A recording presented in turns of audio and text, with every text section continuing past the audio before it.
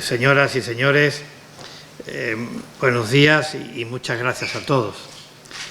Muchas gracias en particular a quienes han intervenido como ponente en estas jornadas.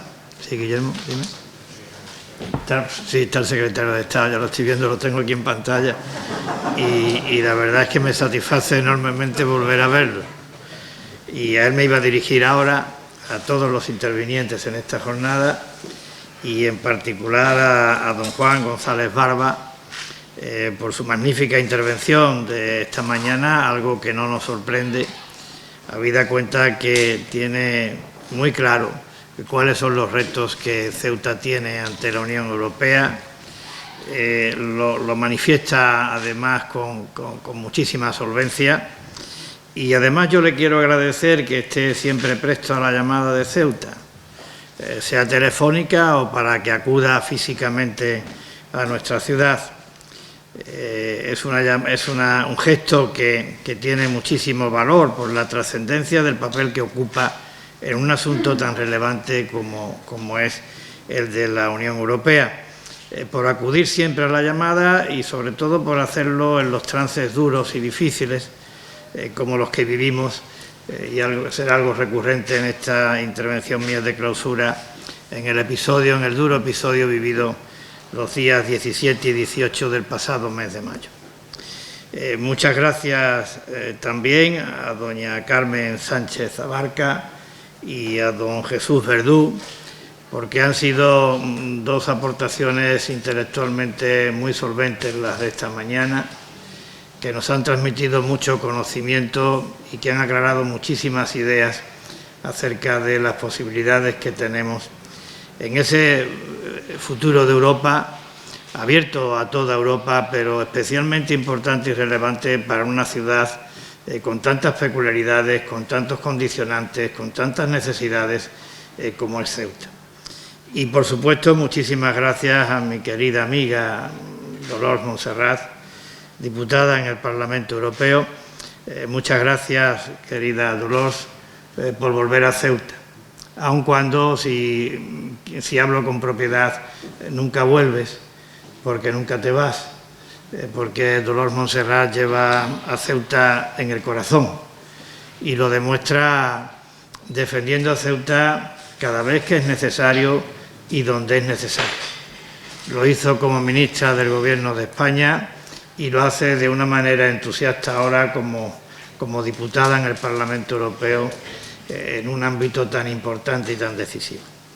Y muchas gracias a todos los que habéis hecho posible el que estas jornadas se celebren en el marco de esa iniciativa tan importante como es recabar la contribución, las aportaciones de los ciudadanos en el proyecto de Europa, porque no olvidemos que el proyecto de Europa es un proyecto por y para los ciudadanos europeos, y estas jornadas y esta iniciativa del Parlamento, del Consejo y de la Comisión vienen a refrendar ese imperativo fundacional de la Unión Europea.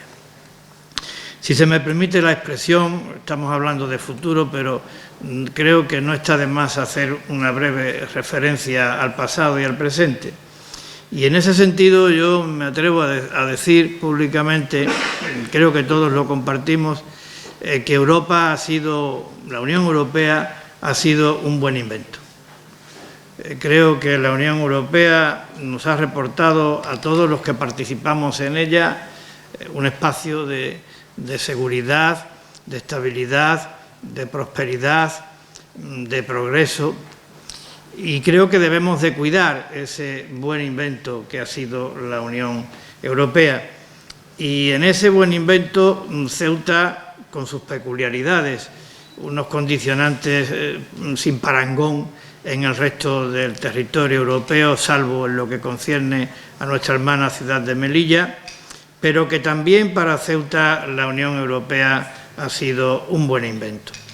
Ha sido un proyecto exitoso en tres ámbitos que me parecen fundamentales: la Unión Europea, la contribución europea y también, en las últimas décadas, justo es reconocerlo, el manifiesto compromiso a favor de nuestras dos ciudades del Estado de la Nación.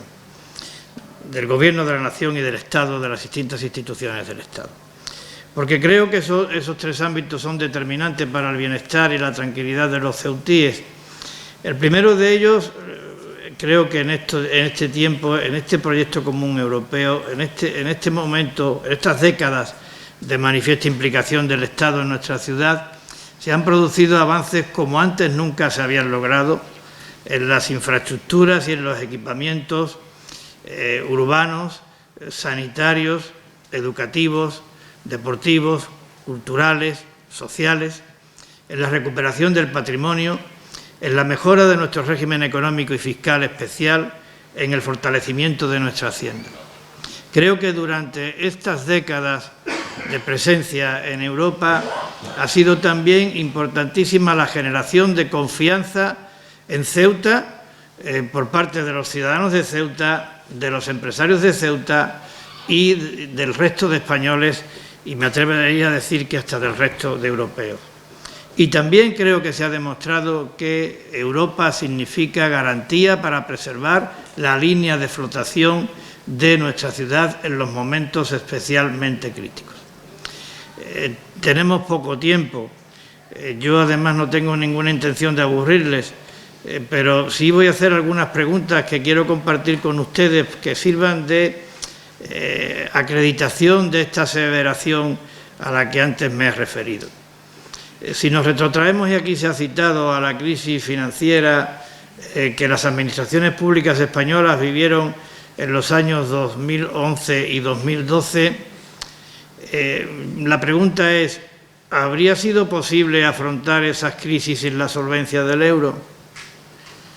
Si nos referimos a la pandemia que todavía tenemos, la pandemia del COVID-19, la pregunta es, ¿habría sido posible afrontar la pandemia del COVID sin el esfuerzo en el ámbito científico llevado a cabo por Europa para disponer de una vacuna? ¿Habría sido posible sin los recursos específicos que Europa ha habilitado para atender las necesidades de seguimiento, de diagnóstico, de rastreo, de vacunación, para atender los programas de apoyo a nuestras pymes tan afectadas en las devastadoras consecuencias económicas del COVID? ¿Habría sido posible en Ceuta afrontar con seguridad esta pandemia sin contar con el hospital universitario, que también fue financiado con fondos europeos? ¿Habría sido posible evitar la quiebra de la ciudad tras el cierre de la frontera si no hubiéramos contado con las respuestas del Estado y con el mantenimiento de la compensación por pérdidas de recaudación del IPSI? ¿Habría sido posible paliar la tragedia económica que en algunos sectores de la actividad de nuestra ciudad produjo ese mismo cierre de la frontera si no se hubieran producido los avances en el régimen económico y fiscal especial producido, como digo, en los últimos años, en particular sin el 50% de bonificación en las bonificaciones a la seguridad social, en las cuotas a la seguridad social? Y más recientemente, ¿habría sido posible afrontar el golpe sufrido en mayo de este año, al que aquí se ha referido esta mañana como un golpe que nos cortó la respiración, que nos puso el alma en vilo, que nos hizo temer lo peor, que no sabíamos cuál era el desenlace? ¿Habría sido posible salir de ese difícil envite sin contar con el apoyo del Estado y de la Unión Europea? Y por hablar del presente, ¿sería posible estar esperanzados en un futuro de transformación y de recuperación, disponiendo de unos recursos, un volumen de recursos como nunca antes se ha conocido en el conjunto de Europa y en España, sin contar con la mutualización de la deuda y con el esfuerzo que va a llevar a cabo la Unión Europea? Sinceramente creo que estas preguntas merecen un no rotundo. No podríamos haber afrontado ninguno de estos envites sin contar con el Estado y sin contar con el apoyo decidido, contundente, inequívoco por parte de la Unión Europea. Por tanto, mi felicitación a quienes hayan tenido la afortunada idea de titular esta jornada como Más Europa, más España y más Europa para mejorar el bienestar de los ceutíes, para transmitir confianza y seguridad a los ceutíes. Porque el futuro de Ceuta, el futuro de nuestra ciudad, está en más España y más Europa. Por tanto, mi más sincera felicitación. Más España y más Europa para atender las prioridades que aquí las ponencias de tanta categoría que hemos oído esta mañana han puesto en evidencia. No sé si me acordaré de todo lo que se ha dicho, pero más España y más Europa, en este caso más España, para sacar adelante ese plan estratégico que Ceuta necesita como acción enérgica por parte del Estado y que venga a atender dos grandes ámbitos. Uno, el cubrir las necesidades y déficits que nuestra ciudad pueda tener en los servicios esenciales y en los suministros básicos. Y otro, y muy importante, en generar eso que denomináis los especialistas, el ecosistema, el hábitat, que haga posible, que ofrezca las condiciones adecuadas para que se active todo el potencial de crecimiento que Ceuta tiene en sectores que están inmaduros, para que se aprovechen en lo posible todas las oportunidades y fortalezas, que son muchas, que nuestra ciudad tiene.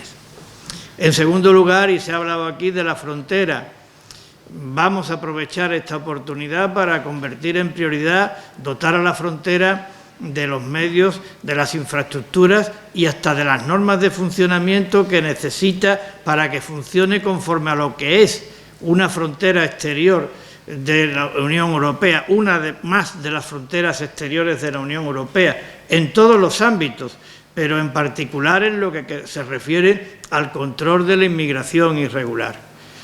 Y en ese ámbito, pues creo que hay que plantearse, como aquí se ha dicho, la posible revisión en lo que proceda de la excepción al Tratado de Schengen.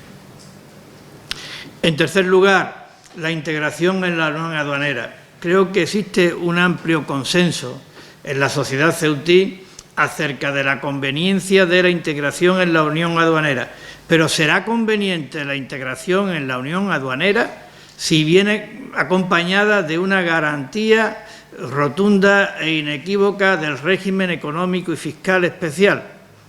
Porque es mucho lo que está en juego, porque el régimen económico y fiscal especial de Ceuta forma parte de ese ecosistema que se necesita para potenciar todas las posibilidades que el desarrollo económico ofrece, que, insisto, son muchas. Pero también conviene que se sepa, al menos lo que yo creo, que el régimen económico y fiscal especial de Ceuta es probablemente el mejor régimen económico y fiscal especial que, sin ser un paraíso fiscal, hay en la Unión Europea. Y que eso, creo, no lo podemos poner en juego. En tercer lugar, también estoy plenamente convencido, y aquí se ha dicho, que Ceuta necesita de un reconocimiento expreso por parte de las instancias europeas, un reconocimiento expreso de nuestro singular hecho diferencial de ser, junto con Melilla, la única frontera terrestre de Europa en África. Eso tiene unos condicionantes y un impacto en el ámbito del desarrollo económico, la creación de empleo y la cobertura de determinados servicios. Y se tiene que traducir, por tanto, en un mecanismo de apoyo permanente, continuado, sólido, suficiente a nuestras dos ciudades autónomas, por parte de la Unión Europea y también por parte del Estado. Por parte del Estado, convirtiendo en un recurso estructural las ayudas finalistas que ahora recibimos para atender determinadas carencias y déficits estructurales. Y el régimen económico y fiscal especial, tan potente, no deja de ser mejorable. Hay que mejorarlo desde la perspectiva de la adecuación del mismo a los requerimientos del desarrollo de los sectores y de las actividades con potencial de crecimiento y de creación de empleo en nuestra ciudad, al turismo azul, a la transformación digital, a las nuevas tecnologías, a la economía verde. A todo eso hay que adaptar nuestro régimen económico y fiscal especial, y propuestas hay encima de la mesa, y sé que el camino se está emprendiendo y, por tanto, mi aliento para que eso se culmine por parte de quienes los están llevando a cabo. Y también creo que tenemos que mimar nuestras comunicaciones. Más España y más Europa significa preservar ese cordón umbilical que significan nuestras comunicaciones marítimas y aéreas con la península. Creo que se está haciendo un esfuerzo extraordinariamente positivo por mejorar la calidad de esas comunicaciones. Pero creo sinceramente que tenemos una asignatura pendiente respecto de la misma. Las tenemos que abaratar. Es verdad que en lo que concierne a los residentes en nuestras dos ciudades autónomas, poco podemos pedir. Son unos precios asequibles. Pero creo que el futuro del turismo, el futuro del desarrollo de Ceuta y de Melilla requieren que se abaraten las comunicaciones aéreas y marítimas con la península para los no residentes y para el transporte de mercancías. Me parece una cuestión fundamental. Y por terminar con las prioridades, más España y más Europa es evidente. Pero eso, como también aquí se ha dicho, no significa que no tengamos los ceutíes, los melillenses, el conjunto de los españoles y creo que hasta de todos los europeos, la aspiración de unas buenas relaciones de vecindad con Marruecos. También eso debe de formar parte de la estrategia. Buenas relaciones de vecindad que exigen de un trato respetuoso, por supuesto, pero además sincero. Sinceridad para decirle a Marruecos que queremos buenas relaciones, pero que Ceuta y Melilla son España de una manera esencial e indisoluble. Y para decirle a Marruecos que estas dos fronteras nuestras son las fronteras de España y de Europa. Por tanto, buenas relaciones, respeto y sinceridad.